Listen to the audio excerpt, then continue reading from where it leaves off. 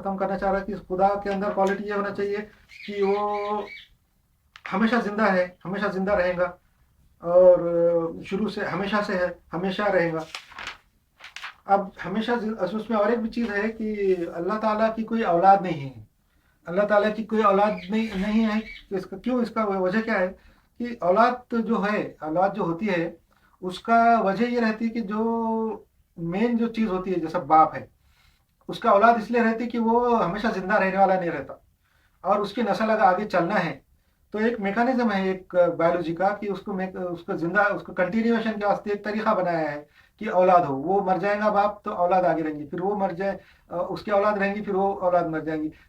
इसलिए कंटिन्यूएशन, ताकि वो जिंदा रहे। मगर जो चीज़ हमेशा से जिंदा है उसके लिए औलाद नहीं है। दूसरी बात ये कि जब अल्लाह इन्फिनिटी है तो औलाद भी अल्लाह की अल्लाह ही होने वाली, अल्लाह ही रहना चाहिए।